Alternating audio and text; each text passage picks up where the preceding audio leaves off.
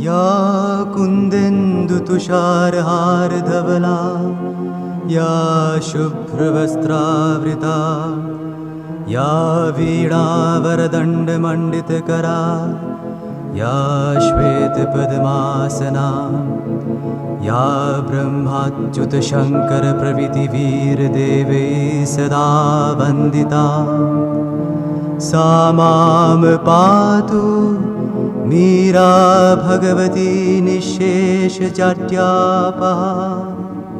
ॐ सर्वगणे सर्ववरदे सर्वदुष्टभयङ्करी सर्वदुःखहरे देवी महामीरा नमोऽस्तुते। सिद्धिबुद्धिप्रदे देवी भुक्तिमुक्तिप्रदायिनी मन्त्रमूर्ते सदा देवी महामीरा नमोऽस्तुते। आद्यन्तरहिते देवी आद्यशक्ते महेश्वरी योगदे योगसम्भुते महामीरा नमोऽस्तुते महामीरा नमोऽस्तुते।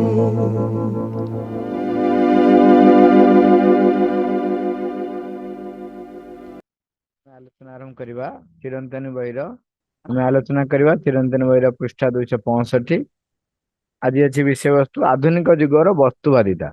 गत 264 पेज आलोचना थिला भल गपटीए कुह माँ लिखी तार सारांश थिला एपरी बहुत कुत्सित विभत्स कथा सब ए पृथ्वी रही थिला एबे भी अच्छी किंतु जो लोक माने से कुत्सित कथा सब लिखा को आनंद पाती कौनटा भारी भल करती आउ टिके अधिक कुत्सित करी लिखिले से माने कौन बा लाभ पाती ए प्रकार लेखा जणे दउची जे सेमानकर मानसिक दीनता रही। मानसिक दीनता माने दरिद्रता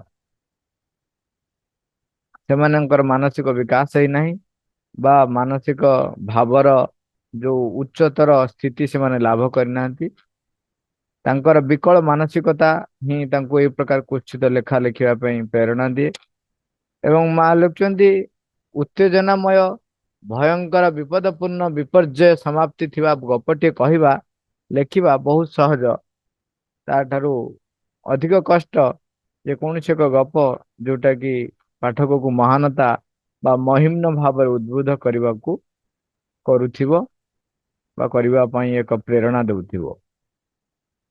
सुंदर और आनंदमय परिणति थिबा गल्पटे कल्पना करवा लेखिबा तांक द्वारा संभव हो पारे नाही एवं मूलरू शेष पर्यंत एक सुंदर गपटे कहवा बरं बहु बहु गुण रे कष्टकर व्यापार।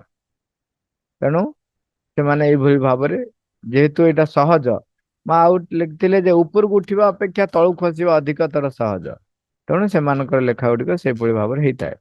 एवं आउ गोटे कथा माँ लिखुं से कल्पना शक्ति नियंट होता है कल्पना शक्ति से एते आगु को देखी पारे ना यही सब कुत्सित विभत्स गल्पर परिणति पाठक को ऊर्ध्व को उठाई निए नहीं तल को खसई निए महानता और भाव उद्बुद्ध कराए नहीं। तेणु जदि समाज को व्यक्ति को ऊर्ध्व को उठेबार अच्छी तेबे तुमर लेखाटी से भाव में ऊर्ध्वमुखी हवा उचित। गल्पर नायक को एपरी प्रतिभाशाली करने जेपरी से निजर क्षुद्र सीमा गुड़ी को अतिक्रम करने सब प्रयास करुथिबो। माँ लिखुं शेष को से गाल्पिक को आग से प्रतिभा निज पई अर्जन करने को हेबो। आज अच्छी विषय वस्तु आधुनिक जुगर वास्तवता। माँ लिखुं बुद्धदेव समय रे आध्यात्मिक जीवन टी बंचिबा थिला एक आनंदर विषय सुख और सौंदर्य भोगर विषय एक सर्वोत्तम आनंदर अवस्था। यह जन को समस्त सांसारिक जंजालरू सबु प्रकार पार्थिव दुख जंत्रणा ठारू सर्वविध दाय दायित्व मुक्त कर दे पारुथिला। यह तुमको सुखी संतुष्ट आउ परिपूर्ण कर दे पारुथिला। କିନ୍ତୁ ଆମର ଏହି ଆଧୁନିକ ଯୁଗରେ ବସ୍ତୁବାଦିତାର ପ୍ରଭାବ ଏତେ ତୀବ୍ର ହୋଇଛି ଯେ ତାହା ଏ ଯୁଗରେ ଆଧ୍ୟାତ୍ମିକ ସାଧନାକୁ କରିଦେଇଛି ଏକ କଷ୍ଟକର ସଂଘର୍ଷ ଏବଂ ଏହି ସବୁ ତଥାକଥିତ ଜୀବନର ଆନନ୍ଦରୁ ମୁକ୍ତିକୁ କରିଦେଇଛି ଏକ ଯନ୍ତ୍ରଣାଦାୟକ ସଂଗ୍ରାମ। ଏହି ଜଡ଼ ପୃଥିବୀର ବାହ୍ୟ ବିଷୟ ଗୁଡ଼ିକ ଉପରେ ଆଧୁନିକ ଯୁଗର ଲୋକମାନେ ଖୁବ୍ ଲାଗି ରହିଥାନ୍ତି। ତାର ସୁଖ ଆନନ୍ଦ ଭୋଗ କରିବାକୁ ଖୁବ୍ ବ୍ୟାକୁଳ ହୋଇପଡ଼ନ୍ତି। ସବୁବେଳେ ଇନ୍ଦ୍ରିୟ ସୁଖକର ଅଭିଜ୍ଞତା ପାଇଁ ଲାଳାୟିତ ହୋଇ ଉଠନ୍ତି। ଜଡ଼ ବସ୍ତୁ ଗୁଡ଼ିକୁ ଅଧିକାର କରି ନିଜର କରିନେବା ପାଇଁ ସର୍ବଦା ତତ୍ପର ହୋଇ ଉଠୁଥାନ୍ତି। ଏସବୁର କାରଣ ହେଲା ମାନବ ସଭ୍ୟତାର ସେହି ସମ୍ପୂର୍ଣ୍ଣ ଜଡ଼ମୁଖୀ ମନୋଭାବର ଫଳ। ପ୍ରାଚୀନ କାଳରେ କେହି ଏହା ଚିନ୍ତା ମଧ୍ୟ କରିପାରୁନଥିଲେ। ଅନ୍ୟପକ୍ଷରେ ପ୍ରାଚୀନ କାଳରେ ବହୁ ଲୋକ ଏସବୁ ଜଡ଼ ସାଂସାରିକତା ଭିତରୁ ନିଜକୁ ପୃଥକ କରି ନେଉଥିଲେ। ସେମାନେ ସବୁ ପ୍ରକାର ପ୍ରପଞ୍ଚତା ଭିତରୁ ନିଜକୁ ମୁକ୍ତ କରି ଆତ୍ମାର ଧ୍ୟାନ ଓ ଏକାଗ୍ରତା ଭିତରେ ନିମଜ୍ଜିତ ରହୁଥିଲେ। ଯାହା ପ୍ରକୃତ ସୁଖ ସେହି ଆଧ୍ୟାତ୍ମିକ ଆନନ୍ଦ ଭିତରେ ନିଜକୁ ଉତ୍ସର୍ଗ କରୁଥିଲେ। ସେମାନେ ଆଜିକାଲିର ଲୋକଙ୍କ ପରି ସକାଳୁ ସନ୍ଧ୍ୟା ପର୍ଯ୍ୟନ୍ତ ଓ ପୁଣି ସନ୍ଧ୍ୟାରୁ ସକାଳ ପର୍ଯ୍ୟନ୍ତ ଏହି ସବୁ କ୍ଷୁଦ୍ର କ୍ଷୁଦ୍ର ସାଂସାରିକ ସୁଖ ସନ୍ତୋଷରେ ଦୈହିକ ଆମୋଦ ପ୍ରମୋଦରେ ମାତି ରହୁନଥିଲେ। ଏହି ସବୁ ଇନ୍ଦ୍ରିୟ ସୁଖକର ଉତ୍ତେଜନା ଚିନ୍ତା ଭାବନାରେ ମଜ୍ଜି ରହୁନଥିଲେ। ଏହା ହିଁ ସାକ୍ଷ୍ୟ ଦିଏ ଯେ ସେମାନେ ଏକ ଉଲ୍ଲେଖଯୋଗ୍ୟ ଆତ୍ମିକ ଜୀବନର ଅଧିକାରୀ ହୋଇପାରୁଥିଲେ। ଆଜିର ଯୋଉ ଆଲୋଚନା ରହିଛି ଆଧୁନିକ ଯୁଗର ବସ୍ତୁବାଦିତା, ତାର ପ୍ରଥମ ପାରାଗ୍ରାଫରେ ମା ସ୍ମରଣ କରି ଦେଉଛନ୍ତି ବୁଦ୍ଧ ଦେବଙ୍କ ସମୟର କଥା। ବୁଦ୍ଧ ଦେବ ଯେ ଯୋଉ ସମୟରେ ଆସିଥିଲେ ସେତେବେଳେ ଲୋକମାନେ ଯାଗଯଜ୍ଞ କରି ରାଜସିକ ଭୋଗ ବିଳାସରେ ଲିପ୍ତ ଥିଲେ। ଯଦିଓ ବେଦରେ ଅନେକ ପ୍ରକାରର କର୍ମ ରହିଛି, କିନ୍ତୁ ସେମାନେ ରାଜସିକ କର୍ମକୁ ବା ବେଦର ସେଇ ରାଜସିକ କର୍ମକୁ ପ୍ରାଧାନ୍ୟ ଦେଉଥିଲେ ଏବଂ ତାକୁ ହିଁ ଆଣି ତାଙ୍କର ଜୀବନ ଭିତରେ ପ୍ରତିପାଦିତ କରିବା ପାଇଁ ଚେଷ୍ଟା କରୁଥିଲେ ଏବଂ ସେମାନେ ଭାବୁଥିଲେ ଯେ ସେମାନେ ବେଦ ଅନୁସାରେ ପରିଚାଳିତ ହେଉଛନ୍ତି। ସେମାନେ ଭୋଗ ବିଳାସରେ ଏତେ ଲିପ୍ତ ରହିଲେ ଯେ ତାର ପରିଣାମ ସ୍ୱରୂପ ସଂସାରରେ ଅନ୍ୟମାନେ କିଏ ସେ ଦୁଃଖ କଷ୍ଟ ଯନ୍ତ୍ରଣା ରହିଲେ ସେ ବିଷୟରେ ସେମାନଙ୍କର କିଛି ଚିନ୍ତା ନଥାଏ ଏବଂ ଧୀରେ ଧୀରେ ଲୋକମାନେ ସେଇ ଆଡକୁ ଆକୃଷ୍ଟ ହେଲେ ଯେ ପ୍ରକୃତରେ ସୁଖ ସନ୍ତୋଷ ଆରାମ ଆନନ୍ଦ ପାଇଲେ ନାହିଁ, କିନ୍ତୁ ତା ପଛରେ ଧାଇଁଲେ ଏବଂ ତାର ପରିଣାମ ସ୍ୱରୂପ ଲୋକମାନେ ଭୁଲିଗଲେ ଯେ ପରମ ଚେତନା ବା ଭଗବାନ ସ୍ୱୟଂ ଯାହାଙ୍କ ପାଖରେ ସୁଖ ସନ୍ତୋଷ ଆନନ୍ଦ ଐଶ୍ୱର୍ଯ୍ୟ ସବୁର ଗନ୍ତାଘର, ସେ ତାଙ୍କୁ ଭୁଲିଗଲେ। ଜୀବନର ଲକ୍ଷ୍ୟ କେବଳ ରାଜସିକ ଭୋଗ ବିଳାସରେ ଲିପ୍ତ ରହିଲେ। ସେତେବେଳେ ତେଣୁ ବୁଦ୍ଧ ଦେବ ଆସି ପହଞ୍ଚିଲେ ଏବଂ ବୁଦ୍ଧ ଦେବ ସମସ୍ତଙ୍କୁ ଏକ ଆନନ୍ଦର ବାଟ ଦେଖେଇଲେ ଯେ କାମନାର ବିନାଶରେ ଦୁଃଖର ବିନାଶ। ତେଣୁ ଯୋଉମାନେ ଆଧ୍ୟାତ୍ମିକ ଜୀବନଟିଏ ବଞ୍ଚିବା ପାଇଁ ପ୍ରଚେଷ୍ଟା କଲେ, ବୁଦ୍ଧ ଦେବଙ୍କ ସମୟରେ ଆଧ୍ୟାତ୍ମିକ ଜୀବନଟିଏ ବଞ୍ଚିବାକୁ ପ୍ରଚେଷ୍ଟା କଲେ, ସେମାନେ ଆନନ୍ଦର ବିଷୟ ସୁଖ ସୌନ୍ଦର୍ଯ୍ୟ ଏସବୁ ଜିନିଷ ବୁଝିଲେ ଯେ ଆଧ୍ୟାତ୍ମିକ ଜୀବନ ହଉଛି ଆନନ୍ଦର ବିଷୟ, ସୁଖ ପ୍ରାପ୍ତିର ସୌନ୍ଦର୍ଯ୍ୟ ଭୋଗର ବିଷୟ ଏବଂ ଏକ ସର୍ବୋତ୍ତମ ଆନନ୍ଦର ଅବସ୍ଥା ହଉଛି ଆଧ୍ୟାତ୍ମିକ ଜୀବନ। ଲୋକମାନେ ସେଥିରେ ବଞ୍ଚିବାକୁ ଆରମ୍ଭ କଲେ। ତାର ପରିଣାମ ସ୍ୱରୂପ ସଂସାର ସାଂସାରିକ ଜଞ୍ଜାଳରୁ ପାର୍ଥିବ ଦୁଃଖ ଯନ୍ତ୍ରଣାରୁ ଏବଂ ପ୍ରାୟତଃ ସର୍ବ ଦାୟିତ୍ୱରୁ ସେ ମୁକ୍ତ ହେଇପାରୁଥିଲା। ଏହାର ପରିଣାମ ସ୍ୱରୂପ ସେମାନେ ସୁଖୀ ସନ୍ତୁଷ୍ଟ ଏବଂ ପରିପୂର୍ଣ୍ଣ ହୋଇଯାଉଥିଲେ। ଦେଖନ୍ତୁ, ଯଦିଓ ସଂସାରକୁ ସେତେବେଳେ ପରିତ୍ୟାଗ କରିଥିଲେ, କିନ୍ତୁ ସେମାନେ ଆଧ୍ୟାତ୍ମିକ ଜୀବନ ଯେ ଏ ସବୁ ସର୍ବବିଧ ଜଞ୍ଜାଳରୁ ମୁକ୍ତ ଆଣିଦିଏ ଏ ସମ୍ବନ୍ଧରେ ସେମାନେ ତାର ସ୍ପର୍ଶ ପାଇଲେ ଏବଂ ସେଇଥିରେ ବଞ୍ଚିବା ପାଇଁ ଚେଷ୍ଟା କଲେ। ଏବଂ ସେ ସମୟ ଯଦିଓ ସମୟ ଆସିନଥିଲା ରୂପାନ୍ତର ବିଷୟ, କିନ୍ତୁ ରାଜସିକ ଭୋଗ ଲାଳସାରୁ କ୍ଷାନ୍ତ ହୋଇ ସେମାନେ ଆନନ୍ଦର ସନ୍ଧାନରେ ଗଲେ ଏବଂ ଆନନ୍ଦ ପ୍ରାପ୍ତ କଲେ, ଆନନ୍ଦ ପ୍ରାପ୍ତ କଲେ। ତେଣୁ ମା ଲେଖୁଛନ୍ତି ବର୍ତ୍ତମାନ ଆଧୁନିକ ଯୁଗ କଣ ହେଇଛି?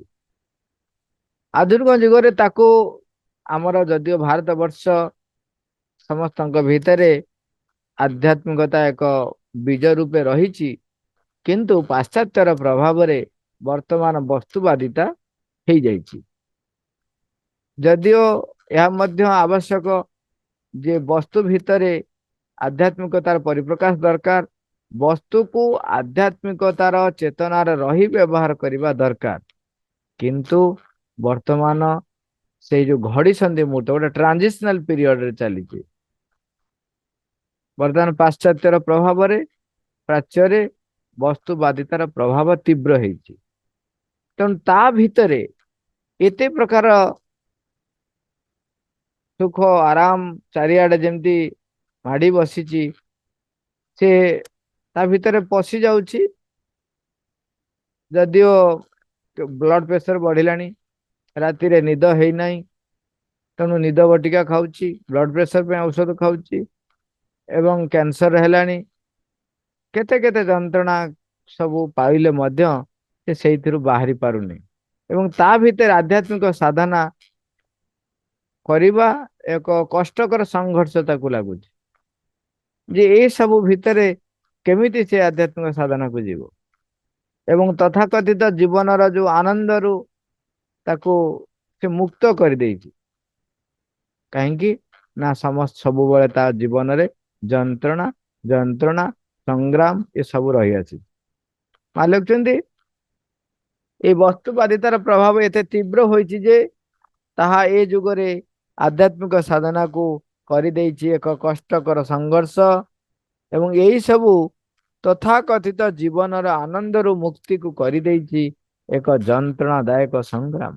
ଲେଖୁଛନ୍ତି ଏଇ ଜଡ଼ ପୃଥିବୀରେ ବାହ୍ୟ ବିଷୟ ଗୁଡ଼ିକ ଭିତରେ ସେ ଏତେ ମଜି ଯାଇଛି, ଏତେ ଲିପ୍ତ ହେଇ ରହିଛି, ସେ ସୁଖ ଆନନ୍ଦ ଭୋଗ କରିବାକୁ ସେ ଏତେ ବ୍ୟାକୁଳ ହୋଇପଡ଼ିଛି ଯେ ଇନ୍ଦ୍ରିୟ ସୁଖକର ଅଭିଜ୍ଞତା ତା ପାଇଁ ଏକ ଯେପରି ସର୍ବୋତ୍ତମ ଅବସ୍ଥା ହେଇଯାଇଛି ଏବଂ ତାର ପରିଣାମ ସ୍ୱରୂପ ସେ ଯୋଉ ଯନ୍ତ୍ରଣା ପାଉଛି, ସେ ଯନ୍ତ୍ରଣାକୁ ସେ ଅନୁଭବ କରୁଛି, ସେ ଯନ୍ତ୍ରଣାରୁ ମୁକ୍ତି ପାଇବା ପାଇଁ ସେ ମେଡିକାଲ ବ୍ୟବସ୍ଥାକୁ ବ୍ୟବହାର କରୁଛି, ଅନ୍ୟାନ୍ୟ ବ୍ୟବସ୍ଥାକୁ ବ୍ୟବହାର କରୁଛି, କିନ୍ତୁ ସେ ଭାବୁଛି ଇନ୍ଦ୍ରିୟ ସୁଖ ହିଁ ତା ପାଇଁ ସବୁଠାରୁ ସର୍ବୋପରି।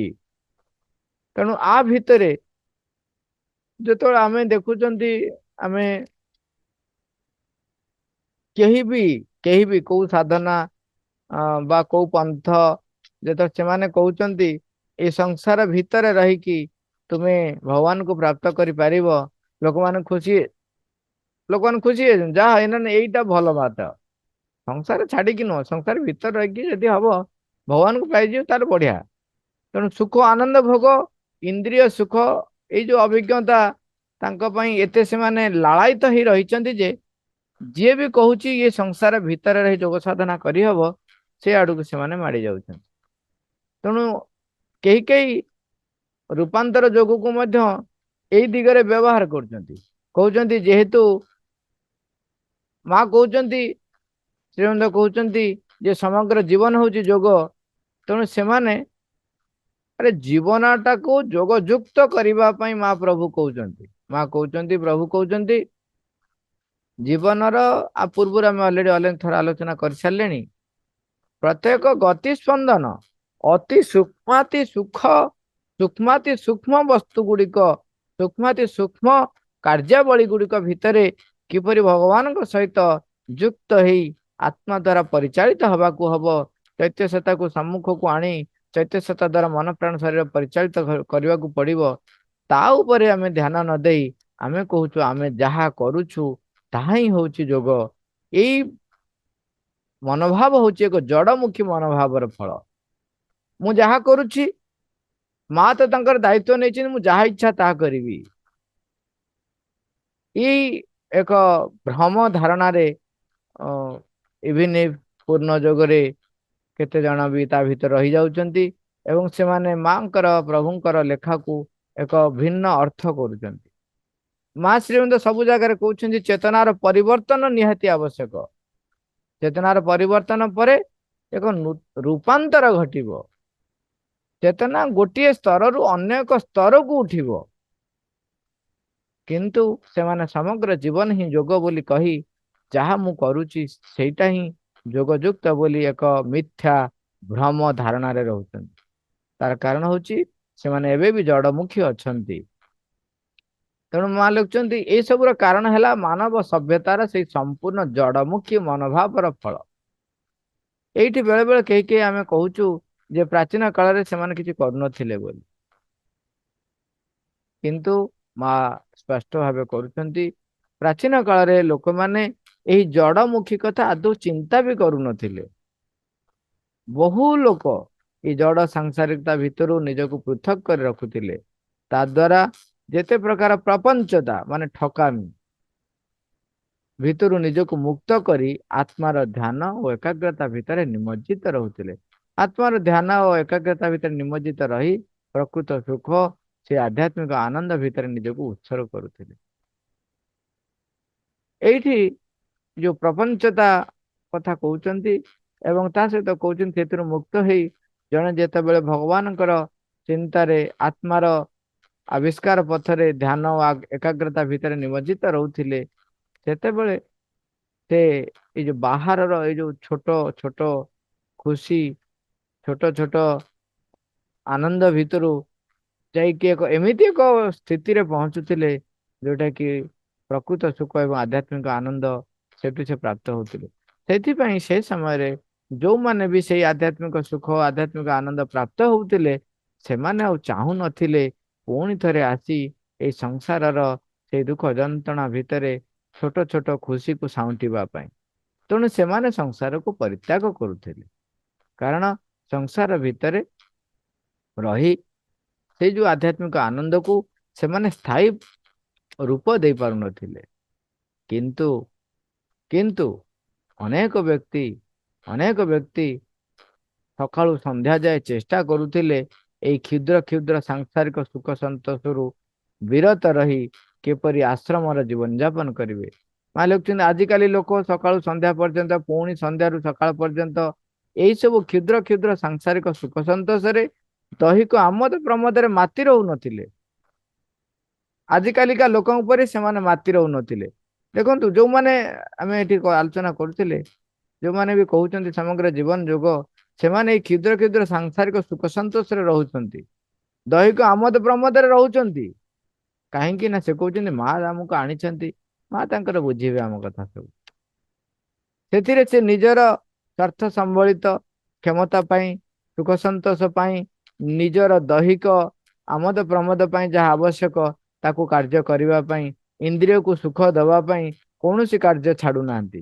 ମା ଲେଖୁଛନ୍ତି ଏଇ ସବୁ ଇନ୍ଦ୍ରିୟ ସୁଖକର ଉତ୍ତେଜନା ଚିନ୍ତା ଭାବନାରେ ମଜି ରହିକରି ଆଧୁନିକ ଯୁଗର ଯୋଉ ବସ୍ତୁବାଦୀ ମାନେ ତା ଭିତରେ ମଜି ରହୁଛନ୍ତି। ତାର କିନ୍ତୁ ପୂର୍ବରୁ ଯୋଉମାନେ ପୁରୁଣା କାଳର ଲୋକମାନେ ସେମାନେ ଆଶ୍ରମ କରିଥିଲେ। କେହି କେହି ଆଉ ଗୋଟେ ମଜା କଥା ହଉଛି ଯୋଉମାନେ ସବୁ ବାମ ଲେଫ୍ଟିଷ୍ଟ ମାନେ ସେମାନେ ଥଟ୍ଟା କରନ୍ତି, ପରିହାସ କରନ୍ତି। ଯେମିତି ଆଶ୍ରମରେ କହୁଥିଲେ କଣ ନା ଯୋଉ ଋଷି ମାନେ ରହୁଥିଲେ ସେମାନେ ତ ସ୍ତ୍ରୀ ପିଲା ଛୁଆ କରିକି ରହୁଥିଲେ, ସେମାନେ କଣ ସାଧନା କରୁଥିଲେ, କିନ୍ତୁ ତାଙ୍କର ଜୀବନଟି ଥିଲା ସାଧନା ଯୁକ୍ତ।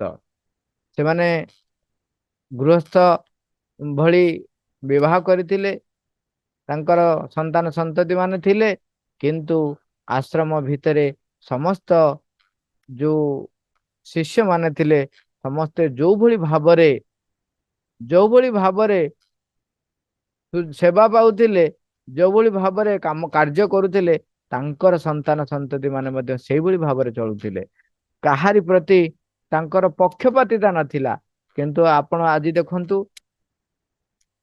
ଯୋଉମାନେ ବି ଏ ସଂସାର ଭିତରେ ରହି ଯୋଗ ସାଧନା କରୁଛନ୍ତି ବୋଲି ମାନେ ବାହାରକୁ ଦେଖେଇ ହଉଛନ୍ତି, କରୁନାହାନ୍ତି ବୋଲି କହୁନ, ଅନେକ ଅଛନ୍ତି କରୁଛନ୍ତି, ଦେଖେଇ ହଉଛନ୍ତି, ସେମାନେ ଏଇ ଏକ ନିରପେକ୍ଷ ଭାବ ତାଙ୍କ ଭିତରେ ନଥାଏ।